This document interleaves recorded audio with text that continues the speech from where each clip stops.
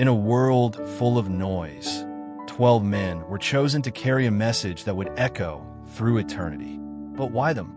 Fishermen, tax collectors, zealots, ordinary men, called to an extraordinary mission. This is how Jesus chose his disciples. You're watching Biblical Echoes. The calling of the disciples wasn't random. It was deliberate, purposeful, prophetic. After Jesus began his ministry, word spread quickly. Miracles, teachings, and crowds followed him. But he knew the time would come when he would no longer walk the earth.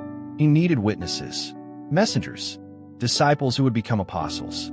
Before choosing them, Jesus did something powerful, a night in prayer. Luke 6 verse 12 says, "One of those days, Jesus went out to a mountainside to pray and spent the night praying to God." All night in prayer.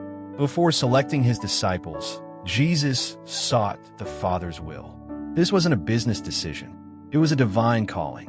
The calling. Luke 6 verse 13 continues. When morning came, he called his disciples to him and chose 12 of them, whom he also designated apostles. These men weren't the religious elite. They weren't scholars or rabbis. They were fishermen like Peter, Andrew, James, and John. A tax collector, Matthew. A zealot, Simon, and even a traitor, Judas Iscariot.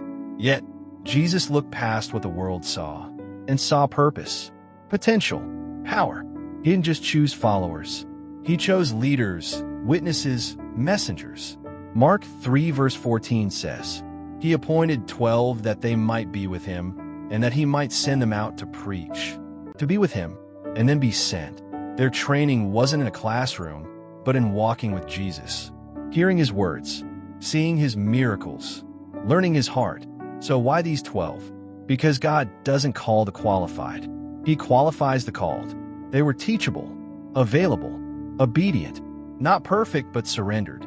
1 Corinthians 1 verse 27 reminds us, God chose the foolish things of the world to shame the wise. Jesus saw what others couldn't, and he still does. Even today, 12 men, chosen on a mountain, would turn the world upside down. From the shores of Galilee to the ends of the earth, their echo still rings. And today, that call continues. Jesus is still calling disciples. Not the perfect, but the willing. Are you listening for the call? Will you answer like they did? This has been Biblical Echoes, where ancient truth meets present purpose. Don't forget to like, subscribe, and share to keep the echo going. Until next time, stay faithful.